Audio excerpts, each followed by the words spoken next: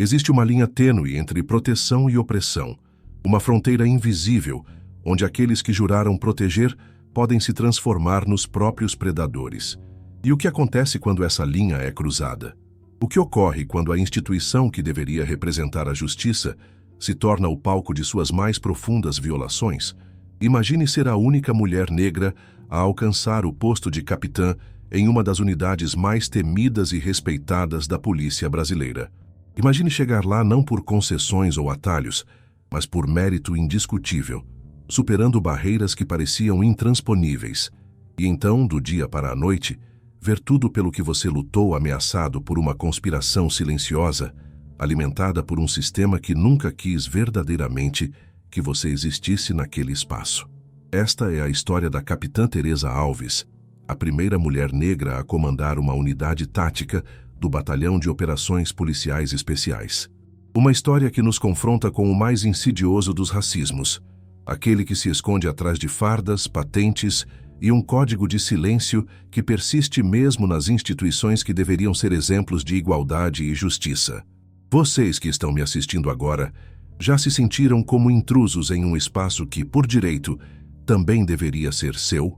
Já sentiram o peso de olhares que questionam silenciosamente sua presença, sua competência, seu direito de estar ali? Compartilhem suas experiências nos comentários. Quero saber de onde vocês falam e quais barreiras invisíveis enfrentaram em suas jornadas. Teresa não nasceu predestinada a fazer história. Filha de uma empregada doméstica e de um segurança de shopping que mal conseguiam manter as contas em dia, cresceu no Complexo do Alemão, no Rio de Janeiro, testemunhando diariamente a complexa e frequentemente violenta relação entre a polícia e a comunidade. Seu pai, homem íntegro e de princípios inabaláveis, costumava dizer que o problema não está na farda, mas em quem a veste. Talvez tenha sido esta frase que plantou nela a semente de um sonho improvável: entrar para a polícia não para ser parte do problema, mas da solução. Transformar por dentro uma instituição que frequentemente falhava com pessoas como ela. A jornada não foi fácil. Quando anunciou em casa que prestaria concurso para a polícia militar, encontrou resistência. Sua mãe, que havia dedicado a vida a criar os 3 filhos longe da violência, não conseguia entender por que a filha escolheria voluntariamente colocar-se no caminho do perigo. Por que você, Teresa? Por que justamente você? Perguntava repetidamente, as mãos trêmulas segurando as da filha. Teresa não tinha uma resposta simples. Como explicar que era precisamente por ser quem era, mulher negra criada na periferia, que sentia a responsabilidade de ocupar espaços onde pessoas como ela raramente chegavam? Como explicar que cada vez que via notícias sobre abusos policiais em comunidades, sentia que algo precisava mudar e que talvez ela pudesse ser parte dessa mudança? Os anos que antecederam sua aprovação no concurso foram de sacrifício absoluto. Trabalhava durante o dia, estudava à noite, dormia 4, às vezes 5 horas por noite. Enquanto suas amigas saíam para festas nos finais de semana, Teresa estava com a cabeça enterrada em manuais de direito penal, constitucional, disciplina policial. Quando finalmente o resultado do concurso saiu, seu nome estava entre os aprovados. Não apenas aprovada, mas entre os 10 primeiros colocados. Foi o primeiro momento em que Teresa sentiu que talvez, apenas talvez, o sistema pudesse ser meritocrático. Que talvez houvesse espaço para pessoas como ela, desde que estivessem dispostas a trabalhar 2, 3 vezes mais que os outros. A academia de polícia foi o primeiro verdadeiro teste.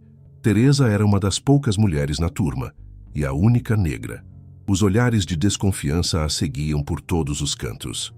Comentários velados sobre cotas, que nem sequer existiam no concurso que prestara. Insinuações sobre sua capacidade física, piadas mal disfarçadas sobre como ela devia estar mais acostumada a fugir da polícia do que a ser polícia. Mas Teresa tinha aprendido desde cedo a transformar rejeição em combustível. Cada comentário preconceituoso era mais um motivo para acordar mais cedo, treinar mais forte, estudar mais horas. Ela se formou como a primeira da turma, para desconforto visível de muitos de seus instrutores e colegas. Os primeiros anos de patrulha nas ruas foram de aprendizado intenso. Teresa rapidamente ganhou reputação por sua abordagem única, rigorosa quando necessário, mas humana sempre. As comunidades onde atuava começaram a vê-la de forma diferente, não como uma ameaça, mas como uma presença que inspirava uma confiança rara. Sua habilidade de desescalar conflitos, sem recorrer à violência, chamou a atenção dos superiores. Em situações de crise, quando tudo indicava que o desfecho seria trágico, Teresa conseguia encontrar soluções que preservavam vidas, tanto de civis quanto de policiais. Quando surgiu a oportunidade de tentar o curso de operações especiais do BOPE, muitos riram. Uma mulher no BOPE? Uma mulher negra? Era inédito, impensável para muitos. Mesmo seu comandante, que reconhecia seu talento, sugeriu que ela repensasse suas ambições. Capitã, o BOPE não é para qualquer um. Não é só uma questão de capacidade. É uma questão de encaixe. Alguns ambientes simplesmente não estão preparados para certas diversidades. A palavra diversidades saiu da boca dele como se fosse algo sujo, contaminado. Teresa apenas assentiu, agradeceu o conselho e, na manhã seguinte, estava na fila para inscrição no processo seletivo. O curso de formação do BOPE é conhecido por ser um dos mais exigentes das forças de segurança brasileiras. Projetado para levar os candidatos além de seus limites físicos e psicológicos, tem uma taxa de desistência de quase 70%. Para Teresa, cada dia era uma batalha dupla, contra os desafios do curso e contra o ceticismo constante de instrutores e colegas. Vai desistir hoje, princesa? Era a pergunta que ouvia todas as manhãs. Não hoje, sargento. Era sua resposta invariável, mesmo quando cada músculo de seu corpo implorava por descanso. Nas provas de tiro, Teresa demonstrou precisão acima da média. Nas simulações táticas, sua capacidade de pensar sob pressão a destacava. No condicionamento físico, embora não fosse a mais forte, sua resistência mental compensava qualquer desvantagem. Quando a lista dos aprovados foi divulgada, seu nome estava lá. A primeira mulher negra a integrar o BOPE não apenas havia passado, mas se classificado entre os 5 melhores da turma. A entrada para o BOPE marcou o início de uma nova fase na carreira de Teresa. Os primeiros meses foram de adaptação mútua, ela se ajustando à cultura da unidade, a unidade se ajustando à presença de uma mulher negra entre seus quadros. Sua competência era inquestionável, mas isso não impedia olhares de desconfiança, comentários pelas costas, pequenos atos de sabotagem. Ela aprendeu a ignorar os sussurros, a focar apenas na missão. E, gradualmente, alguns de seus colegas começaram a respeitá-la, não como a mulher ou a negra, mas como uma policial extraordinária, que, por acaso, era mulher e negra. Sua ascensão à patente de capitã, 5 anos após ingressar na unidade, foi recebida com reações mistas. Para alguns, era o reconhecimento justo de seu mérito. Para outros, uma afronta à tradição, uma concessão às pressões por diversidade. Poucos entendiam que Teresa havia chegado ali enfrentando obstáculos muito maiores que seus pares masculinos e brancos. Com a nova patente, vieram novas responsabilidades. Teresa agora liderava uma equipe tática, tomava decisões que podiam significar vida ou morte, representava a unidade em operações de alto risco. E foi exatamente quando seu poder e visibilidade aumentaram que a resistência à sua presença se transformou em algo mais sinistro. Gostou do conteúdo até aqui? Não esqueça de se inscrever no canal para acompanhar mais histórias de resistência e superação como esta. Seu apoio é fundamental para que possamos continuar contando histórias que geralmente são silenciadas. Agora, vamos continuar com a jornada da Capitã Teresa.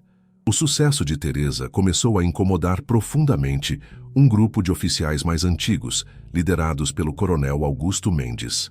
Veterano de décadas na polícia, Mendes representava a velha guarda, aquela que via a presença de minorias em posições de poder como uma ameaça à ordem natural das coisas. O incômodo se transformou em plano quando Teresa foi designada para liderar uma força-tarefa que investigaria denúncias de corrupção dentro da própria corporação. A possibilidade de que uma mulher negra expusesse as entranhas podres do sistema era mais do que Mendes e seus aliados podiam tolerar. Foi então que a primeira armadilha foi preparada. Era uma convocação para depor em um inquérito interno. Teresa estava sendo acusada de ter executado um suspeito desarmado durante uma operação no Morro do Dendê, 3 semanas antes. Segundo a denúncia, ela teria ordenado que sua equipe forjasse a cena, colocando uma arma na mão da vítima após o disparo fatal. Teresa sentiu o estômago afundar.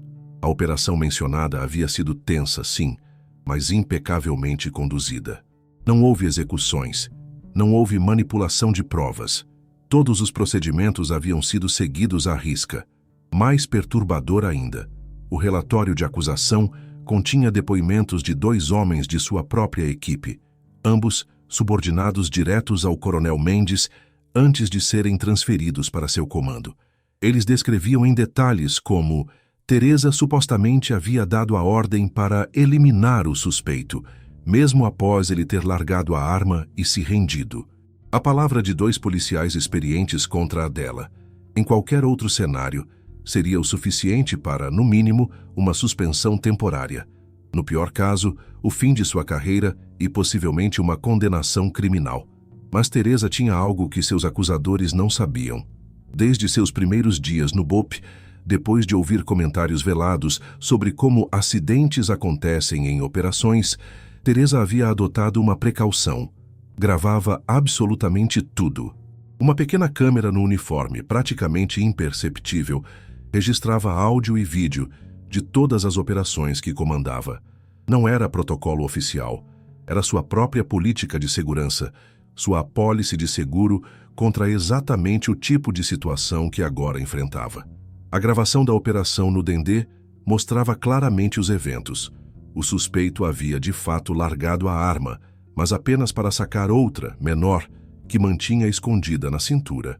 Teresa havia dado ordens expressas para que a equipe tentasse contê-lo sem força letal, mas o homem abriu fogo primeiro, deixando aos policiais apenas a opção de revidar.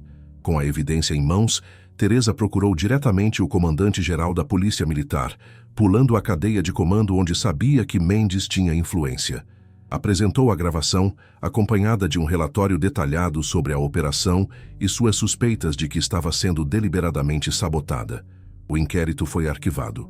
Os 2 policiais que haviam prestado falso testemunho foram transferidos para funções administrativas, mas Mendes permaneceu intocado. Poder demais, conexões demais para ser derrubado por uma única tentativa fracassada. Teresa sabia que aquela havia sido apenas a primeira investida. Mendes não era homem de desistir facilmente, e ela acabara de se tornar um alvo ainda maior ao expor seus subordinados. A questão não era se haveria uma segunda tentativa, mas quando e como ela viria. Não precisou esperar muito. 2 semanas depois, foi chamada para a sala do comandante da unidade. Sobre a mesa dele, um relatório de inventário indicando o desaparecimento de 3 quilos de cocaína apreendidos em uma operação recente. A operação havia sido comandada por Teresa. "Capitã, preciso que me explique isso", disse o comandante, visivelmente desconfortável. Ele não parecia acreditar na acusação, mas estava obrigado a investigá-la. Desta vez, a armadilha era mais sofisticada. Documentos haviam sido falsificados, registros de inventário adulterados. Segundo os novos números, a apreensão original teria sido de 8 quilos, não 5 como constava no relatório assinado por Teresa. Alguém havia manipulado as evidências e tudo apontava para um desvio sob sua responsabilidade. "Senhor, tenho evidências de que o relatório original está correto e posso provar que houve adulteração nos registros posteriores." Novamente, sua previdência havia criado uma rede de segurança. Além da gravação padrão da operação, Teresa havia implementado um procedimento pessoal adicional. Fotografava todas as apreensões ao lado de uma edição do dia do jornal, criando um registro datado e incontestável do que havia sido confiscado. Mais revelador ainda, a gravação mostrava claramente o momento da contagem e do registro inicial. 5 pacotes, não 8. E capturara também uma conversa entre 2 agentes administrativos ligados a Mendes, discutindo como ajustar os números para criar um problema para a capitã. O comandante da unidade ficou lívido ao ver as evidências. Desta vez, A tentativa de incriminação era tão flagrante que não poderia ser simplesmente abafada com transferências discretas. Uma investigação formal sobre a adulteração de provas foi iniciada, atingindo níveis médios da hierarquia, mas, mais uma vez, parando antes de chegar a Mendes. O caso ganhou alguma repercussão na mídia. Capitão Bope desmascara esquema de falsificação de provas, anunciavam os jornais. Teresa recusou todas as entrevistas, mantendo o foco em seu trabalho e evitando transformar a situação em um espetáculo midiático. Mas, internamente, sabia que havia elevado significativamente as apostas. Agora não era apenas uma questão de forçar sua saída. Mendes precisaria silenciá-la permanentemente ou arriscar ver toda sua rede de influência e corrupção exposta. A terceira tentativa veio como um ataque direto à sua integridade moral, visando não apenas sua carreira, mas sua liberdade. A acusação era gravíssima: extorsão. Uma mulher havia registrado uma denúncia formal, alegando que Teresa e sua equipe haviam invadido sua casa durante uma operação e exigido dinheiro para não prender seu filho, supostamente envolvido com o tráfico. Segundo o depoimento, Teresa teria ameaçado plantar drogas na residência caso o pagamento não fosse feito.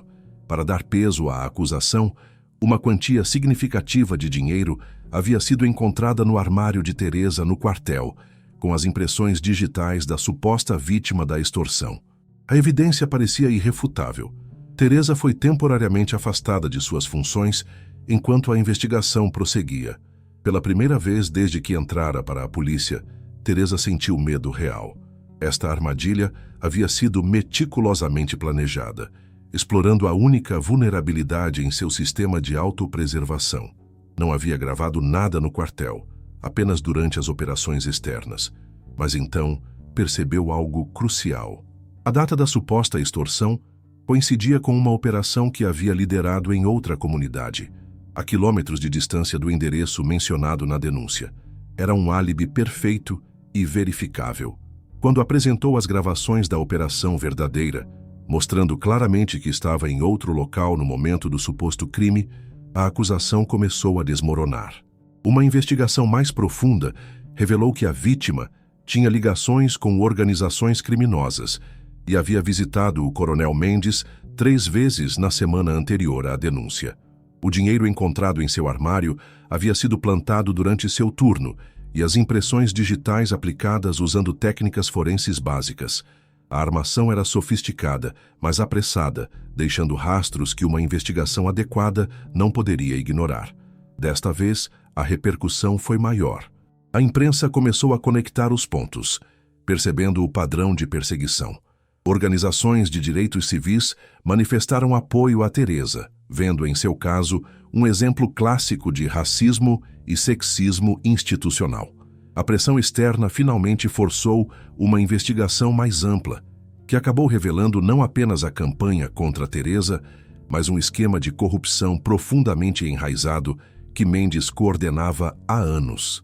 Desvio de apreensões, extorsão de traficantes menores, proteção paga para certas facções. O sistema era vasto e lucrativo.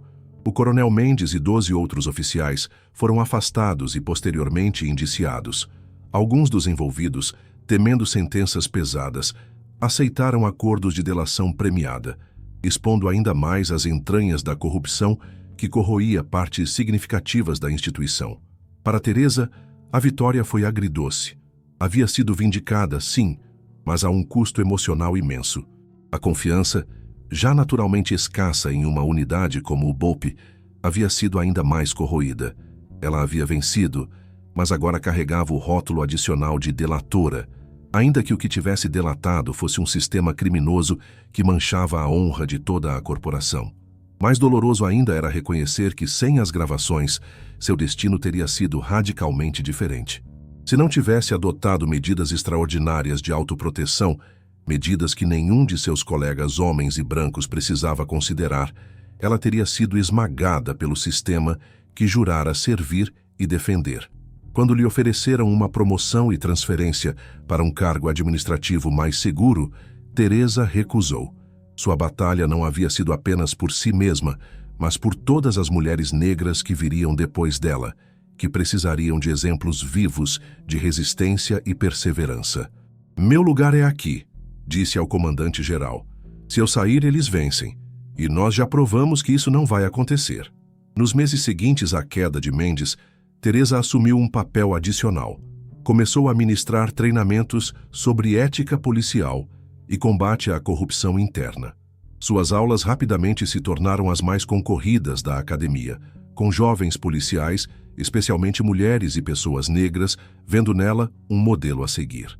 Seu caso se tornou um estudo obrigatório nos cursos de formação. Um exemplo de como o preconceito institucional pode operar de formas insidiosas e de como a integridade e a preparação são as melhores defesas contra ele. Mais importante, a presença continuada de Teresa abriu portas.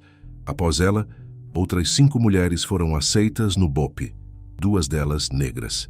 A unidade, historicamente um bastião masculino e predominantemente branco, lentamente começava a refletir um pouco mais a diversidade da sociedade que jurava proteger. Em uma rara entrevista concedida 3 anos após os eventos, Teresa foi questionada sobre o que a manteve firme durante os momentos mais difíceis. "Não foi apenas por mim", respondeu após uma longa pausa. "Foi por minha mãe, que limpou casas a vida toda para que eu pudesse estudar. Foi pelo meu pai, que me ensinou que a farda pode e deve ser símbolo de honra, não de opressão. Foi por todas as meninas negras que crescem em comunidades como a minha, precisando acreditar que há um lugar para elas em qualquer instituição deste país. Mas, acima de tudo", continuou, "foi pelo simples fato de que estava certa. E desistir quando se está certo é permitir que a mentira vença. Eu não posso, viver em um mundo onde isso acontece sem resistência." A história da capitã Teresa Alves nos ensina lições fundamentais sobre coragem, integridade e a importância de persistir mesmo quando todas as forças parecem conspirar contra nós. Nos lembra que, muitas vezes, as barreiras mais difíceis de superar não são as físicas ou explícitas, mas aquelas invisíveis, enraizadas em preconceitos tão profundos que se tornam quase imperceptíveis para quem não os sofre diretamente. Sua jornada nos convida a questionar: quantos talentos, quantas contribuições valiosas nossa sociedade perde quando permite que o preconceito institucional bloqueie o avanço de pessoas perfeitamente capazes, cujo único defeito é não se encaixar no perfil tradicionalmente associado a determinadas posições. E talvez mais importante, nos força a reconhecer que a mudança real raramente vem de concessões feitas pelo sistema, mas da coragem daqueles que se recusam a aceitar limitações impostas por ele, que insistem em ocupar espaços mesmo quando não são bem-vindos, e transformam rejeição em combustível para conquistas ainda maiores. Hoje, Teresa continua servindo no BOPE, sua presença um lembrete diário de que nenhuma instituição, por mais tradicional ou resistente à mudança, está imune à força transformadora da coragem individual alinhada com princípios inabaláveis de justiça e igualdade. Antes de nos despedirmos, gostaria de agradecer a todos que assistiram até aqui. Se esta história tocou você de alguma forma, por favor, deixe seu like, compartilhe com quem precisa ouvir sobre resistência e superação e inscreva-se no canal para mais conteúdos que dão voz a histórias frequentemente silenciadas. Seus comentários são fundamentais para continuarmos trazendo narrativas que importam. Até o próximo vídeo.